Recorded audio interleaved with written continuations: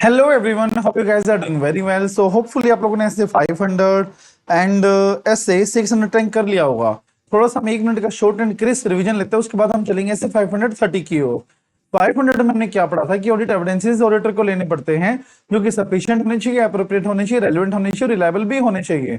और अगर ऑडिटर को मैनेजमेंट एक्सपर्ट के काम को यूज करना है तो पहले उसको प्रोसीजर्स लगाने पड़ेंगे कि उसका काम उसके लिए एडिक्वेट है या नहीं है, और किन फैक्टर्स पर डिपेंड करता है कि हम उसके ऊपर कितने प्रोसीजर्स लगाएंगे। ओके, फिर हमने पढ़ा था ऐसे 610 that is internal audit mechanism. अगर कंपनी में है तो अगर मुझे ऑडिटर का काम यूज करना है इंटरनल का, तो ऑडिटर 610 की रिक्वायरमेंट पूरी करेगा। जैसे उसको ऑब्जेक्टिविटी चेक करेगा, कॉम्पिटेंस चेक करेगा, और जो उन्होंने अप्रोच लगा के वो अप्रोच भी चेक करेगा कि उसकी जो अप्रोच है वो सही है सही नहीं है। मतलब अगर उसकी अप्रोच सही नहीं निकले तो वो यूज नहीं करेगा, अप्रोच सही है तो वो यूज कर लेगा। तो आगे हम चलते हैं 530 की द मोस्ट इंपॉर्टेंट ऐसे, और जो बच्चों को थोड़ा सा तंग करता है। ओके, बट इस वीडियो में बहुत ही अच्छे तरीके से हम करेंगे जो कि काफी आसान रहने आपके लिए रहने वाला है, आसान रहने वाला है आपके लिए। 530 that is audit sampling. Audit sampling क्या होती है भाई? देखो, ऑडिटर कभी भी 100% वेरिफिकेशन नहीं कर सकता due to the cost analysis and the time constraint, तो इसीलिए वहां पर वो अप्लाई करता है ऑडिट सैंपलिंग। ऑडिट सैंपलिंग क्या होता है कि जितने भी हमारे ऑडिट प्रोसीजर्स होते हैं वो 100% से कम पॉपुलेशन पर लगाता है। लेट्स से पॉपुलेशन हमारी 1000 है, तो वो जो प्रोसीजर्स है ना वो 1000 पर नहीं लगाएगा, वो सिर्फ 100 पर लगाएगा, और जो कंक्लूजन ड्रॉन अप होगा वो पूरी 1000 पर ही होगा। पॉपुलेशन क्या होती है? एंटायर सेट ऑफ डेटा जिसके ऊपर मुझे कंक्लूजन देना होता है, कॉल्ड एज पॉपुलेशन। पॉपुलेशन की कैरेक्टरिस्टिक्स क्या? पॉपुलेशन कैसी होनी चाहिए? अप्रोप्रिएट होनी चाहिए, कंप्लीट होनी चाहिए और रिलायबल भी होनी चाहिए। अगर तीनों में से कोई भी कैरेक्टरिस्टिक्स प्रेजेंट नहीं है तो वहां पर हमारा सैंपल सही नहीं माना जाएगा। जैसे अगर पॉपुलेशन कंप्लीट नहीं है, जैसे मान लो मैंने पूछा मैनेजमेंट से कि आपके सेल इनवॉइसेस कितने हैं, तो उन्होंने कहा हमारे सेल इनवॉइसेस 900 हैं, तो मैंने 900 के अकॉर्डिंग मैंने सैंपल लिया। बट वट वो 1200 1300 निकलते तो वहां मुझे अपना सैंपल बढ़ाना पड़ता। तो इसीलिए अगर पॉपुलेशन कंप्लीट नहीं है तो जो मेरा पॉपुलेशन के ऊपर कंक्लूजन प्रोजेक्ट होगा वो सही नहीं होगा। तो इसीलिए पॉपुलेशन हमारी अप्रोप्रिएट भी होनी चाहिए, कंप्लीट भी होनी चाहिए और रिलायबल भी होनी चाहिए।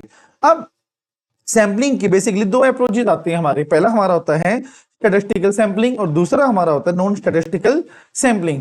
स्टैटिस्टिकल सैंपलिंग क्या होती है? रैंडम सैंपलिंग होती है, बट यहाँ पर प्रोबेबिलिटी का हम यूज करते हैं, रिस्क कैरेक्टरिस्टिक्स का हम यूज करते हैं कि जहां पर ज्यादा रिस्क है वहां से ज्यादा सैंपल लेना, जहां पर कम रिस्क है वहां से हम कम सैंपल लेना। वाइड एप्लीकेशन होता है और पर्सनल बायसेंस कुछ भी नहीं होती। मतलब ऑडिटर का पर्सनल जो जजमेंट होती है कि नहीं मुझे यहां से नहीं लेना वहां से लेना, ऐसा कुछ भी यहाँ पर नहीं होता है। नॉन स्टैटिस्टिकल सैंपलिंग क्या होती है? पर्सनल नॉलेज के बेस पर होती है, सिंप्लिसिटी की वजह से ये वाइडली एप्लीकेबल है, ना तो ये ऑब्जेक्टिव होती ना ही साइंटिफिक होती, मतलब ऑब्जेक्टिव बायसेस इसमें हो सकती है। अब factor that affect the extent of checking on sample plan. अब ऑडिटर ने 1000 के ऊपर सैंपल लगाया, उसमें 150 सैंपल ड्रॉ किए। अब 150 के ऊपर वो प्रोसीजर्स लगाएगा, वेरीफाई करेगा, इवेल्युएट करेगा उनको, और फिर पूरे 1000 के ऊपर वो अपना कंक्लूजन फॉर्म करेगा।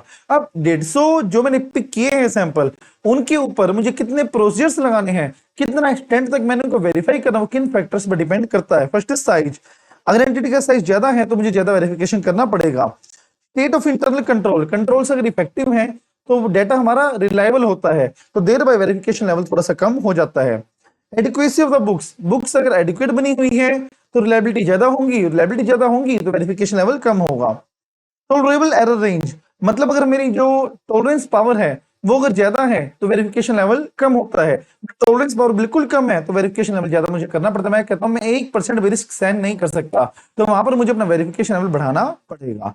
और desire level of confidence, population के ऊपर वेरिफिकेशन में ज्यादा करना चाह रहा हूं, या फिर आप ये कहो पॉपुलेशन के ऊपर कॉन्फिडेंस में ज्यादा लेना चाह रहा हूं कि कुछ भी गलतियां उसके अंदर नहीं है, तो वहां पर मुझे sample size extent of checking ज्यादा रखना पड़ेगा। तो कौन कौन से फैक्टर है? Size, state of control, adequacy of books, tolerable error range and the desire of the confidence.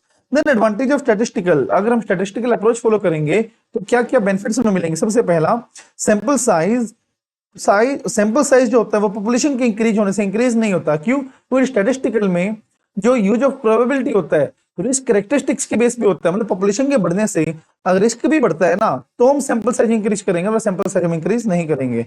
Objective ज्यादा होता है, रिस्क प्रिसीजन के बेस पर होता है, कैलकुलेटेड रिस्क प्रोवाइड करता है कि कितना रिस्क और हो सकता है, लार्ज मास ऑफ डाटा का बेटर डिस्क्रिप्शन और वाइडली एक्सेप्टेड है। तो ये हमारे एडवांटेज है, स्टैटिस्टिकल सैंपलिंग इंपॉर्टेंट है, कर लेना इनको। ओके, फिर सैंपलिंग प्रोसेस, सैंपल हम कैसे करते हैं? सबसे पहले हम सैंपल को डिजाइन करते हैं, सैंपल का हम साइज तय करते हैं, सैंपल जो साइज हमने तय कर लिया उसके अकॉर्डिंग हम उसको सिलेक्ट करते हैं, उनके ऊपर हम प्रोसीजर्स लगाते हैं, फिर प्रोसीजर लगा के मुझे पता चल जाता है कि वो गलत है या सही है, फिर उसका नेचर और कोज फाइंड आउट करते हैं, फिर नेचर और कोज पता लगे कि ये तो गलतियां हैं, उस वैसी वैसी और कितनी हो सकती हैं, दैट इज प्रोजेक्शन, और लास्ट में हम रिजल्ट को इवैल्यूएट करते हैं कि सैंपलिंग ने मेरे को एप्रोप्रिएट बेसिस प्रोवाइड किया है या नहीं किया, और इसी के साथ हमारा हो जाता है ऐसे 530 कंप्लीट। ओके, तो समझिए इसको। सैंपलिंग प्रोसेस में सबसे पहला था डिजाइन। अब सैंपल डिजाइन करना किन फैक्टर्स को भी डिपेंड करता है। सबसे पहला रिक्वायरमेंट है 500, मतलब सैंपल आपको इस तरह से लेना है जैसे 500 की रिक्वायरमेंट थी कि सफिशिएंट होना चाहिए, एप्रोप्रिएट होना चाहिए, कि सैंपल लेने के बावजूद भी वो दोनों रिक्वायरमेंट हमारे कंप्लाइड रहेंगी। पर्पस देखा जाएगा और नेचर ऑफ एविडेंसेस में कैसे लेना चाह रहा हूं, सफिशिएंट एप्रोप्रिएट लेना चाह रहा हूं या नहीं चाह रहा हूं, दैट इज ओके। फिर सैंपल साइज में मतलब कितना साइज मुझे उठाना है, ज्यादा सैंपल लेना है, कम सैंपल लेना है, वो किन फैक्टर्स पे डिपेंड करता है। अगर मुझे रिस्क असेसमेंट ज्यादा करनी है तो साइज भी ज्यादा, मुझे रिलायंस ज्यादा करना है तो सैंपल साइज भी ज्यादा। Tolerable rate of deviation, tolerable deviation rate मतलब मेरी जो सहनशीलता है वो ज्यादा है कि कोई बात नहीं, गलत होगा तो मैं सहन कर लूंगा, तो मैं वेरीफाई करूंगा ही नहीं, तो size come. But tolerance level बिल्कुल कम है कि नहीं भाई मैं बिल्कुल भी सहन नहीं करूंगा, एक एक चीज को डीपली वेरीफाई करो, हम गलती फाइंड आउट करके ही जाएंगे, तो साइज ज्यादा होता है। जैसे मान लो कोई भी हमारा मुझे सस्पेक्शन है तो वहां पर गलत हो सकती है, तो वहां पर मैं ज्यादा वेरिफिकेशन लगाता हूं, तो इसलिए साइज हमारा वहां पर ज्यादा रहेगा। रेट ऑफ डेविएशन, आरओडी का मतलब लिख लेना आप नोट्स डाउनलोड करके, रेट ऑफ डेविएशन ज्यादा है, ओके, तो साइज भी ज्यादा रखना पड़ेगा। पॉपुलेशन का लार्ज होने से नेग्लिजिबल इफेक्ट पड़ता है, और स्मॉल साइज ऑफ एंटिटीज में सैंपलिंग अप्लाई नहीं, तो वहां पर 100% वेरिफिकेशन करना ही प्रेफर किया जाता है। ओके, फिर टेस्ट ऑफ डिटेल्स के क्या फैक्टर, मतलब अगर मुझे एफएस के आइटम्स को टेस्ट करना है सैंपलिंग बेसिस पर, तो क्या फैक्टर डिपेंड करते हैं कि कितना सैंपल मुझे लेना है। आरओएमएम ज्यादा है तो साइज भी ज्यादा, रिस्क ऑफ मटेरियल मिसस्टेटमेंट, अब ज्यादा रिलाई करना चाह रहा है अदर प्रोसीजर पर, अदर मतलब सैंपल के अलावा बाकी सब पे रिलाई करना चाह रहा है वो, तो सैंपल पे तो रिलाई करेगा ही, तो सैंपल साइज कम हो जाएगा। ओके, फिर कॉन्फिडेंस अगर ज्यादा लेना चाह रहा है तो साइज भी ज्यादा, और स्ट्रेटिफिकेशन करना चाह रहे हो सैंपल साइज डिक्रीज हो जाएगा। अब स्ट्रेटिफिकेशन क्या होता है, बड़े ध्यान से सुनिएगा, कुछ बच्चों को ये नहीं पता होता। जैसे मान लो यहाँ पर मेरे पास बहुत सारी बॉल्स रखी हुई है, इसमें ये मैं आपको बिल्कुल लेमन बता रहा हूँ आपको। ओके, अब इसमें बहुत सारी बॉल्स हैं, yellow, green, black and red.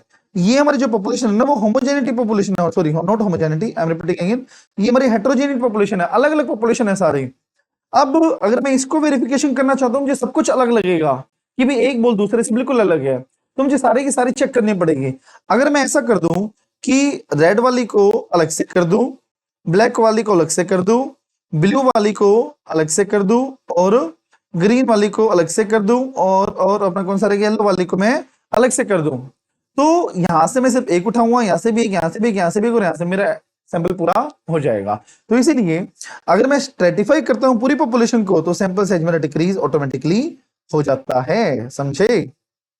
अब सिलेक्शन टेक्निक क्या है, सबसे पहला random sampling, systematic sampling, monetary unit sampling, haphazard sampling and block sampling. Random sampling क्या होता है, मतलब रैंडम सैंपलिंग करता हूं, मैं रैंडमली पूरी पॉपुलेशन में से सिलेक्ट करता हूं, और इस तरह से करता हूं कि हर एक आइटम का इक्वल चांस है बीइंग सिलेक्टेड, मतलब सिलेक्ट होने का इक्वल चांस बनता है। अब सैंपलिंग दो तरीके की होती है, simple random sampling and stratified sampling. पहली कौन सी, सिंपल रैंडम सैंपलिंग, और सेकंड कौन सी, स्ट्रेटिफाइड सैंपलिंग। अब क्या होता है सैंपलिंग में, पूरी पॉपुलेशन को हम छोटी छोटी सब पॉपुलेशन में डिवाइड करते हैं, जैसे मैंने आपको बोल्स बताया था वो बहुत सारी मिक्सअप थी, मैंने छोटी छोटी पॉपुलेशन में डिवाइड कर दिया, उसी को हम क्या बोलते हैं, स्ट्रेटिफिकेशन। ओके, और इसमें वेरिएबिलिटी कम हो जाती है। वेरिएबिलिटी क्या होता है, जैसे हेटेरोजेनिटी को वेरिएबिलिटी बोल सकते हैं, अलग अलग आइटम्स, इससे वो चीज कम हो जाती है। और जो हमारे सब पॉपुलेशन होती है, जैसे ये पॉपुलेशन थी हमारी, ये वाली अलग अलग सब पॉपुलेशन थी, तो इसको हम क्या बोलते हैं, स्ट्रेटा, और जिनके अंदर की यूनिट्स उनको हम बोलते हैं, सॉरी जो सब पॉपुलेशंस होती हैं उनको हम बोलते हैं स्ट्रेटा, और जो इनके अंदर डाटा होता है उनको हम बोलते हैं स्ट्रेटा। ओके, इंटरवल सैंपलिंग क्या होती है, इंटरवल सैंपलिंग हमारी होती है कि हर एक इंटरवल के बाद मुझे एक सैंपल उठाना है, समझे। अब इंटरवल निकलेगा कैसे, मान लो मेरे को, जस्ट अ सेकेंड, मान लो मेरे को 500 एविडेंसेस लेने हैं, सैंपल मुझे कितने लेने हैं, 500। अब मेरी पूरी पॉपुलेशन 5000 है, तो कितने के बाद मैं एक आइटम लूं, कितने के बाद मैं एक सैंपल लूं कि वो 5,000 तक 500 इकट्ठी हो जाए मेरे पास, तो फिर 5,000 डिवाइडेड बाय 500। ओके, तो हर 10 यूनिट के बाद मुझे एक सैंपल उठाना पड़ेगा, मतलब हर 10 के बाद एक 11वां, फिर 21वां, फिर 31वां, फिर 41वां, 51वां, तो वो 5,000 तक मेरे पास टोटल 500 आइटम इकट्ठी हो जाएंगे, उसको हम बोलते हैं interval sampling. Okay, monetary unit sampling मतलब जहां पर हमारा जो फोकस होता है वो हाई वैल्यू ऑफ आइटम पर होता है। और हैप्पैजार्ड क्या होता है, मैं कोई भी स्ट्रक्चर टेक्निक फॉलो नहीं करता हूं।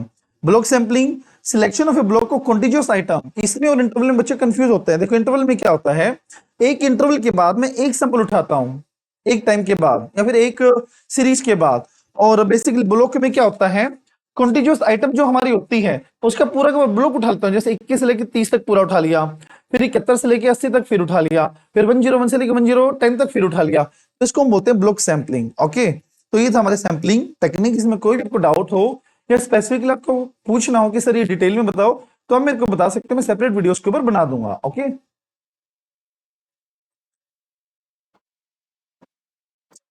उसके बाद परफॉर्मिंग द ऑडिट प्रोसीजर्स, अब जो सैंपल मैंने सिलेक्ट किए हैं उनके ऊपर मुझे प्रोसीजर्स अप्लाई करने हैं। अगर किसी आइटम के ऊपर मैं प्रोसीजर्स नहीं लगा पा रहा तो मुझे किसी रिप्लेसमेंट आइटम पर लेना पड़ेगा, और अगर अप्लाई ही नहीं कर पा रहा मैं, तो मुझे अल्टरनेटिव प्रोसीजर्स लेने, और फिर भी नहीं कर पा रहा तो मुझे मॉडिफाई करना पड़ेगा ओपिनियन, मैं डेविएशन मान लूंगा उसे। अब जो भी डेविएशन आई, डेविएशन मतलब क्या, गलतियां आई हैं उनका मुझे नेचर फाइंड आउट करना है और कोज फाइंड आउट करना है कि उसका कारण क्या रहेगा। सबसे पहले मुझे देखना है कि जितने भी स्टेटमेंट मेरे पास है क्या वो सारे कॉमन फीचर वाले हैं, सारे ही एक जैसे हैं। मैं डिसाइड कर सकता हूँ कि सारे के सारे मुझे टेस्ट करनी है, उनका नेचर और कोज में इन्वेस्टिगेट करूंगा, और मैं वेरीफाई करूँ क्या वो एनोमली है। एनोमली का क्या मतलब होता है, दो तरह की मिसस्टेटमेंट आती है बच्चों। पहली, एक मिसस्टेटमेंट हुई है वैसी वैसी और कोई भी नहीं है, मतलब वो रिप्रेजेंटेटिव नहीं है, कभी कभार होने वाली, मतलब सेल ऑफ फिक्स एसेट में गलतियां हैं, तो वो क्या डेली होती है, नहीं, तो वो क्या हुई एनोमली, जो बाकियों को इफेक्ट ना करते, मतलब वैसी वैसी गलतियां हमें और कोई ना मिले। और दूसरा तो नॉन एनोमली, वैसी वैसी गलतियां और बहुत मिल सकती है। जैसे मान लो अब मैंने ना सॉफ्टवेयर में डेट ही गलत डाल दी मंथ एंड की, क्योंकि सुनो, लेट्स से मैनुअल बिलिंग हम करते हैं, अब मैंने यहां पर 1/3/26 डाल दिया। ओके, तो चल अप्रैल रहा है यहाँ पे, तो वो 2/3/26, 3/3/26, तो ये 3/3/20, ये हमेशा ऐसी सीरीज चलती चलेगी। तो ये क्या है, नॉन एनोमली, मतलब ऐसे ऐसे बहुत सारी गलतियां मिलती, 30 गलतियां मिलेंगी टोटल इसकी, फिर बाद में वो फाइंड आउट होगा जब अप्रैल आएगा। बट एनोमली क्या होती है, जो रिप्रेजेंटेटिव नहीं होती है। Okay, and ensure it does not affect the remainder population, और अगर वो एनोमली है तो मुझे इंश्योर करना है कि वो बाकियों को रिप्रेजेंट ना करते, बाकी उससे कोई भी अफेक्ट ना हुई हो, क्योंकि अगर अफेक्ट हुई है तो उसको नॉन एनोमली मान लूंगा, और इफेक्ट नहीं हुई तो ही मैं मानूंगा उसको एनोमली, तो मुझे इंश्योर करना पड़ेगा ये, समझे।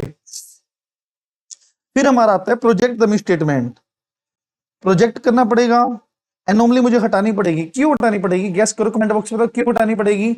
वो इसीलिए क्योंकि एनोमली क्या होती है, नॉन रिप्रेजेंटेटिव, आया समझ में, वो तो प्रोजेक्ट हो ही नहीं सकती क्योंकि वैसे वैसे तौर की गलतियां है ही नहीं। तो इसीलिए जब हम पूरी स्टेटमेंट में से प्रोजेक्ट करेंगे कि और कितनी हो सकती है, वहां से हम एनोमली वालों को हटा देंगे। और टेस्ट ऑफ डिटेल के लिए प्रोजेक्शन होता है, टेस्ट ऑफ कंट्रोल के लिए, टेस्ट ऑफ कंट्रोल के लिए प्रोजेक्शन नहीं होता है, क्योंकि टेस्ट ऑफ कंट्रोल में जो एक्सपेक्टेड डेविएशन रेट होता है वही हमारा प्रोजेक्टिंग रेट माना जाता है, समझे। बट टीओडी में कोई expected risk of making statement जैसा वर्ड नहीं होता है, इसलिए हम इसको प्रोजेक्ट करते हैं। Last but not the list, evaluating the result of the sampling, result evaluate करना पड़ेगा और मुझे देखना पड़ेगा कि जो सैंपलिंग बेसिस है, सैंपलिंग अप्लाई किया है, उसने मेरे को कंक्लूजन का रीजनेबल बेसिस दिया है या नहीं दिया है, बस ये वाली बात है इसमें। ओके, तो ये हमारा कंप्लीट ऐसे 530। इसमें कोई भी डाउट हो तो मुझे बता दीजिए, आप टेलीग्राम या व्हाट्सएप आप मुझे कर सकते हैं। ओके, मतलब 530 ना, इससे शॉर्ट तो नहीं हो सकता भाई, ये मैक्सिमम शॉर्ट लेवल है इसका। ओके, क्योंकि फिर इतना तो आपको करके ही जाना पड़ेगा अगर आपको रिस्क फ्री रहना है, तो मतलब वरना कुछ भी आ जा सकता है। इसमें मैंने सारा कुछ इंक्लूड कर रखा है, ये भी आप करके चले जाओगे ना तो 530 वाले क्वेश्चन मार नहीं खाओगे आप। ओके, ये मेरी श्योरिटी है आपसे। फिर जैसे 501 audit evidences specific consideration for selected items, मतलब कुछ सिलेक्टेड आइटम्स है जिनके ऊपर मुझे स्पेसिफिकली ध्यान देना पड़ेगा। और स्पेसिफिक आइटम कौन सी है, फर्स्ट है हमारी इन्वेंट्री, सेकंड लिटिगेशन, तीसरा सेगमेंट इंफॉर्मेशन। इन्वेंट्री की हम चेक करते हैं, बताइए क्या, एग्जिस्टेंस। लिटिगेशन की क्या करते हैं, कंप्लीटनेस। और सेगमेंट इंफॉर्मेशन की हम क्या करते हैं, प्रेजेंटेशन एंड डिस्क्लोजर। ओके, अब इन्वेंट्री, तो हम इन्वेंट्री की एग्जिस्टेंस को चेक करते हैं। तो ये वेरिफिकेशन सिर्फ जब हो सकती है जब हम वहां पर जाकर वेरीफाई करेंगे। मतलब बुक्स में मुझे दिख रही है कि 1000 आइटम है, अब मुझे वेरीफाई करने की 1000 है या नहीं, तो भाई वहीं जाना पड़ेगा मुझे। तो इसीलिए हम जो कि फिजिकली इन्वेंट्री काउंटिंग हो रही है ना, उसको अटेंड कर लेंगे। अनलेस इम्प्रैक्टिकल तो नहीं करेंगे, अदरवाइज हम कर लेंगे। क्या चेक करने के लिए? टू, आगे टू भी आएगा, to evaluate the instruction, inspect the inventory count and perform the test count. ये चीज करने के लिए मुझे काउंटिंग करना पड़ेगा। मैनेजमेंट किस तरह से कर रही है काउंटिंग वो देखने के लिए, खुद इंस्पेक्ट करने के लिए, और टेस्ट काउंटिंग करने के लिए, खुद काउंटिंग करने के लिए। और फिर audit procedure on the inventory record, या फिर जो मैनेजमेंट के इन्वेंटरी रिकॉर्ड बन चुके हैं उनके ऊपर मुझे प्रोसीजर्स लगाने कि वो इन्वेंटरी रिकॉर्ड सही है या नहीं है। तो इसलिए मुझे इन्वेंटरी की एग्जिस्टेंस चेक करनी पड़ेगी। तो एग्जिस्टेंस हम कैसे चेक करेंगे? पहला फिजिकल अटेंडेंस करके, और दूसरा ऑडिट प्रोसीजर्स अप्लाई करके। ओके, जो मैनेजमेंट की ऑन इन्वेंटरी रिकॉर्ड है उसको चेक करके। फिर अब मुझे वहां पर जाना है या नहीं जाना है, वो किन फैक्टर्स पर डिपेंड करता है, अटेंड करना है नहीं करना है, इन्वेंटरी का नेचर क्या है, स्टेजेस क्या है, रिस्क कितना है, कंट्रोल का नेचर कैसा है, टाइमिंग कैसा है, परपेचुअल है, पीरियोडिक, और लोकेशन वहां की कैसे। लोकेशन ऐसे तो नहीं है जो रिस्की है, तो वहां पर शायद हम वहां पर ना जाए। तो अगर मुझे प्लान करना है कि मुझे वहां पर जाना है या नहीं जाना, तो किन फैक्टर्स पर डिपेंड करता है? पहला इन्वेंटरी के नेचर पर, स्टेज ऑफ कंप्लीशन पर, रिस्क पर, कंट्रोल के नेचर पर, और फिर हमारा टाइमिंग ऑफ एपी कि कब हमारी वो मतलब अटेंडेंस हो रही है। और फिर परपेचुअल पीरियोडिक, परपेचुअल में क्या होता है कि रूटीन बेसिस पर इन्वेंटरी रिकॉर्ड होती रहती है, अपडेट होती रहती है, तो वहां पर मैं उनके रिकॉर्ड्स भी मंगवा सकता हूँ। बट अगर पीरियोडिक है, अभी तक वो अपडेट नहीं है, तो वहां पर मुझे जाना पड़ सकता है। ओके, और लोकेशन पर भी। जैसे मान लो ऐसे कोई जगह है जहां पर कुछ दंगे फसाद चल रहे हैं, कुछ रिवॉर्ड चल रही है, तो वहां पर शायद मैं ना जाऊं। Inventory counting conducted other than the date of FS, तो वहां पर अगर मान लो डेट ऑफ एफएस 31 मार्च होती है, इसके अलावा किसी और डेट पर वेरिफिकेशन हो रही है, तो मुझे देखना पड़ेगा जो इंटरवेनिंग ट्रांजेक्शन हुई है 31 मार्च से लेकर जब भी वो हो रही है, तो उनके बीच में जो भी ट्रांजेक्शन हुई वो प्रॉपर्ली रिकॉर्ड हो गई हो। अगर वहां पर जाना ही प्रैक्टिकेबल है, मतलब काउंटिंग करना पॉसिबल नहीं है, तो मुझे ऑल्टरनेटिव प्रोसेस लगाने पड़ेंगे, और ऑल्टरनेटिव भी नहीं लग पा रहे तो मुझे ओपिनियन मॉडिफाई करना पड़ेगा। अब when the inventory under custody of third party, अगर जो हमारी इन्वेंटरी को किसी थर्ड पार्टी के पास है, एग्जांपल में जैसे जॉब वर्क हो सकता है, कंसाइनमेंट हो सकता है, मेरे एजेंट के पास रखे हुए हो, तो वहां पर क्या हो सकता है? इसमें क्या हो सकता है? पहले तो मुझे कंफर्मेशन ऑब्टेन करना थर्ड पार्टी से। थर्ड पार्टी से हम कंफर्मेशन ऑब्टेन करेंगे कि आप बताओ कि वो चीज आपके पास रखी है या नहीं रखी है। मैं वहां पर जाके इंस्पेक्ट कर लूंगा, किस थर्ड पार्टी को अरेंज कर लूंगा कि आप जाके देख के आओ कि अगर दूसरे शहर में है तो। और जैसे मान लो अब मैं इसका ऑडिटर हूं, तो इनकी इन्वेंटरी किसी और के पास रखी हुई तो मेरी रिपोर्ट में तो इंक्लूड होगा ना। बट जब दूसरे एंटिटी की ऑडिट होगी, तो वो ऑडिटर उस इन्वेंटरी को एक्सक्लूड कर दे और ऑब्जर्वेशन डाल दे कि ये इन्वेंटरी इस कंपनी की नहीं है, तो मैं उस ऑडिटर की रिपोर्ट भी ऑब्टेन कर सकता हूं। Is that clear to each and everyone? Confirmation request करना, इंस्पेक्शन करना, थर्ड पार्टी को अरेंज करना अटेंड करने के लिए अगर मैं नहीं जा पा रहा तो, और फिर अदर ऑडिट की रिपोर्ट्स भी ऑब्टेन कर लेना। ओके, तो ये बात सारी होती है। फिर द लिटिगेशन एंड क्लेम की हम चेक करते हैं कंप्लीटनेस। प्रोसीजर क्या है? मैनेजमेंट से इंक्वायरी कर लेंगे, मिनट्स को रिव्यू कर लेंगे, कोरेस्पोंडेंस देख लेंगे कि एंटिटी के बीच में और लॉयर के बीच में कैसी चल रही है, और लीगल एक्सपेंसेस अकाउंट के बारे में भी देख लेंगे। लीगल एक्सपेंसेस अकाउंट कैसे? जैसे मान लो P&L में कुछ प्रोफेशनल फीस दिख रही है, लॉयर फीस दिख रही है, तो जरूर कुछ लीगल फीस के नाम से तो कुछ केस ही चल रहा होगा, तभी दी है वो, तो वहां पर ऑडिटर उसको वेरीफाई कर सकता है। आगे देखिए, तो बताइए जरा एक बार, लिटिगेशन क्लेम को हम कैसे वेरीफाई करेंगे? इंक्वायरी करके, मिनट्स रीड करके, कोरेस्पोंडेंस देख के, और लीगल एक्सपेंसेस अकाउंट को रिव्यू करके। Content of letter of specific inquiry, क्या क्या मतलब अगर मुझे स्पेसिफिक इंक्वायरी लेनी है तो क्या क्या कंटेंट हम उसमें इंक्वायरी करेंगे? पहले ऐसे होता है, जैसे अगर मुझे प्रोसेस लगाया तो मैं जनरल इंक्वायरी लेटर लूंगा, बट मुझे लग रहा है कि जनरल इंक्वायरी लेटर वो रिप्लाई नहीं देंगे, तो वहां पर मुझे करना होता है स्पेसिफिक इंक्वायरी लेटर, जहां पर मैं लिस्ट ऑफ लिटिगेशन डालूंगा, एस्टिमेट्स डालूंगा, और कि भी पहले तो लिटिगेशन की लिस्ट बताओ अपनी, कितने लिटिगेशन चल रहे, लॉयर से पूछ रहा हूँ मैं ये। फिर उसका फाइनेंशियल इंप्लीकेशन क्या हो सकता है, और फिर जो मैनेजमेंट ने असेसमेंट करी है मैं पूछूंगा उनसे, लॉयर से, कि वो रिजनेबल है या नहीं है। वो तीनों चीजें मुझे पूछनी पड़ेंगी। तो स्पेसिफिक इंक्वायरी लेटर का लिस्ट कंटेंट क्या रहेगा? सबसे पहला रहेगा लिटिगेशन की लिस्ट, फाइनेंशियल इंप्लीकेशन का एस्टीमेट, और मैनेजमेंट असेसमेंट सही है सही नहीं है। फिर कुछ सर्कमस्टांसेस में वो एक्सटर्नल लीगल काउंसिल से मिलना भी मतलब चाह सकता है, सोच सकता है कि मुझे मिलना है जाके, यार विश्वास नहीं कर रहा मैं इंक्वायरी लेटर पर। कब? जब रिस्क ज्यादा हो, जब मैटर कॉम्प्लेक्स हो, और जहां पर एंटिटी के बीच में और लोअर के बीच में डिसएग्रीमेंट, मतलब एंटिटी मुझे कुछ और कह रही है और लोअर मुझे कुछ और कह रहा है, तो वहां पर मैं फेजिबल हूं कि वहां पर डायरेक्टली जाके मैं मिल सकता हूं उससे, बट उससे मैनेजमेंट की परमिशन मुझे चाहिए और मैनेजमेंट का एक रिप्रेजेंटेटिव मेरे साथ होना चाहिए। पर अगर वो एविडेंसेस ही नहीं ले पा रहा तो उठा के मॉडिफाइड ओपिनियन हम कर देंगे। तो ये लिटिगेशन एंड क्लेम। फिर तो अपना सेगमेंट इन्फॉर्मेशन। सेगमेंट इन्फॉर्मेशन क्या होता है, जहां पर या तो हम कंपनी के पास एन नंबर ऑफ प्रोडक्ट्स हो या geographical wise n number of branches हो, तो सेगमेंट इन्फॉर्मेशन किस तरह से इंक्लूड करना है। अब अगर मुझे सेगमेंट इन्फॉर्मेशन का प्रेजेंटेशन डिस्क्लोजर प्रॉपर है या नहीं है, उसके लिए एविडेंसेस चाहिए हैं, तो क्या क्या प्रोसीजर उसको लगाने पड़ेंगे। सबसे पहला, जिस मेथड के थ्रू उन्होंने सेगमेंट इन्फॉर्मेशन को प्रेजेंट किया है वो मेथड की अंडरस्टैंडिंग हमें लेनी पड़ेगी। ये देखना पड़ेगा क्या वो मेथड्स एफआरएफ के अकॉर्डिंग डिस्क्लोजर प्रोवाइड करते हैं या नहीं करते हैं, और फिर उन मेथड्स को मुझे टेस्ट भी करना पड़ेगा और एनालिटिकल प्रोसेस भी लगाना पड़ेगा। फिर वो मैटर्स के एग्जांपल्स क्या क्या है, sale, transfer, elimination of inter segment, याद कर लेना, ये इट इज इंपॉर्टेंट है ये। और फिर बजट से कंपेयर करना, एसेट्स और कॉस्ट को एलोकेट करना, और पिछले सालों की कंसिस्टेंसी देखना कि सेम नेचर के मैटर्स डिस्क्लोज हुए हैं या नहीं हुए हैं। ओके, तो ये था हमारा ऐसे 501। ओके, फिर आता है अपना ऐसे 500। याद है इसमें क्या पढ़ा हमने, इन्वेंटरी पढ़ा, लिटिगेशन पढ़ा और सेगमेंट इन्फॉर्मेशन पढ़ा। सेगमेंट में दो ही पॉइंट आ सकते हैं सिर्फ एग्जाम में, एक तो एग्जांपल ऑफ मैटर जो मैंने आपको अभी ऊपर बताया इंटर सेगमेंट वाले, और दूसरे इसमें आ सकते हैं अपने ये कि किस तरह से हम एविडेंस लेंगे। मेथड्स की अंडरस्टैंडिंग ले लेंगे हम, मेथड्स एफआरएफ के अकॉर्डिंग है नहीं वो देख लेंगे हम, और रीजनेबल बेसिस प्रोवाइड कर रहे नहीं कर रहे वो देख लेंगे, मेथड्स को टेस्ट कर लेंगे, और टेस्ट कैसे करेंगे, इन मैटर्स को देख के कि वो सफिशिएंट डिस्क्लोजर दे पा रहे हैं नहीं दे पा रहे हैं।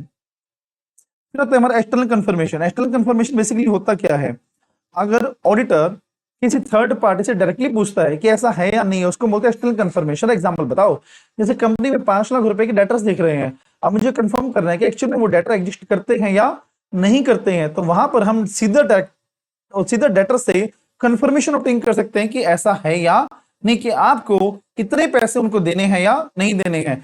अब वो अपना जवाब देगा और उसी को हम बोलते हैं external confirmation. Direct return response from third party to the auditor is called as external confirmation. जब भी हम एक्सटर्नल कंफर्मेशन लेंगे तो क्या क्या फैक्टर्स हम कंसीडर करेंगे। सबसे पहले हम देखेंगे कि कौन सी इंफॉर्मेशन मुझे कंफर्म करनी है, डेटर है, क्रेडिटर है, एग्जिस्टेंस है, वैल्यूएशन है और डिस्काउंट वैल्यू है, एग्रीमेंट के टर्म से कुछ भी। फिर पार्टी हम कंफर्म करेंगे किस पार्टी, जैसे मान लो 1000 डेटर्स हैं, ये 50 डेटा से लगा लो, 1000 तो ज्यादा हो गए, तो 50 में से कौन सी पार्टी, 50 से तो नहीं लिया जाएगा भाई, सैंपलिंग अप्लाई करेंगे हम इसमें, तो कौन से पर्सन से हम लेंगे। कंफर्मेशन रिक्वेस्ट को डिजाइन करना है, ओके, और सेंडिंग द रिक्वेस्ट, फिर मुझे उनको भेज देना है, एंड साथ में आएगा यहाँ पर एंड फॉलो अप, और मुझे देखना है क्योंकि रिक्वेस्ट का रिप्लाई आया है या नहीं आया है।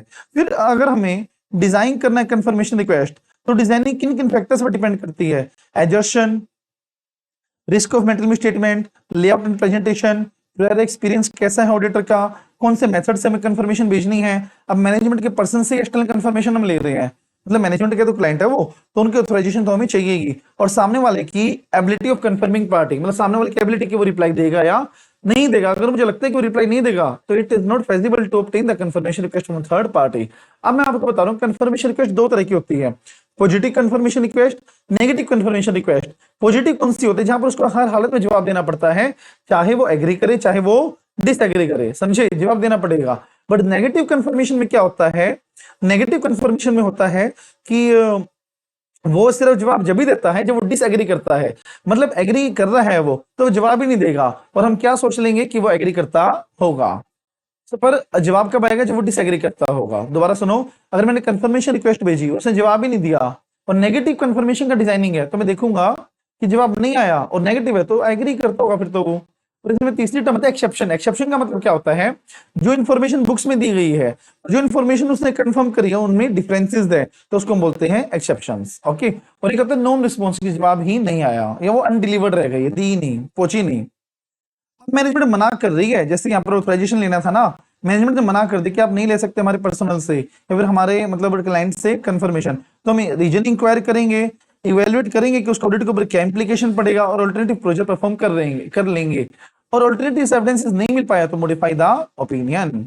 फिर नेगेटिव कंफर्मेशन रिक्वेस्ट, वो रिस्पॉन्स जब देंगे जब वो डिसएग्री करते होंगे, बट ये ना less pervasive audit evidence provide करता है, रिलायबल एविडेंस नहीं होता है। आप एक बात देखो ना, बीच में मतलब गुम हो गई रिक्वेस्ट, या उसने फाड़ दी, उसने जवाब जानबूझ के नहीं दिया, तो मैं तो क्या सोचूंगा कि उसने एग्री कर दिया होगा, तो ये कोई बात थोड़ी ना है। तो इसीलिए less pervasive, less level audit evidences provide करते हैं। But there are some cases जहां पर नेगेटिव कंफर्मेशन रिक्वेस्ट लेना, क्या बोला, जहां पर नेगेटिव कंफर्मेशन रिक्वेस्ट लेना फेजिबल है, जहां पर रिस्क कम हो, पॉपुलेशन होमोजीनियस हो, क्यों रिस्क कम होता है होमोजीनियस में, एक्सेप्शन रेट कम हो, मतलब डिफरेंसेस ऑफ इंफॉर्मेशन आने के चांसेस कम हो, मतलब मैं सिर्फ फॉर्मेलिटी कर रहा हूं, मुझे पता है कि एग्री करेंगे सब लोग, इसलिए। और auditor is not aware of the circumstances that would disregard, that third party would, यहां पर आएगा that third party would disregard such request, मतलब मुझे पता नहीं है कि थर्ड पार्टी उसको डिसरिगार्ड कर देगी, बेइज्जती करेगी उसकी, मुझे पता नहीं है। अगर मुझे पता होता है कि वो जवाब ही नहीं देगी, इंसल्ट कर देगी उस रिक्वेस्ट की, तो मैं देता ही नहीं ना नेगेटिव, क्योंकि नेगेटिव में अगर वो डिसरिगार्ड करेगी तो मैं क्या समझूंगा वो एग्री करती है, तो वहां पर मुझे किसके पास जाना चाहिए, पॉजिटिव के पास जाना चाहिए।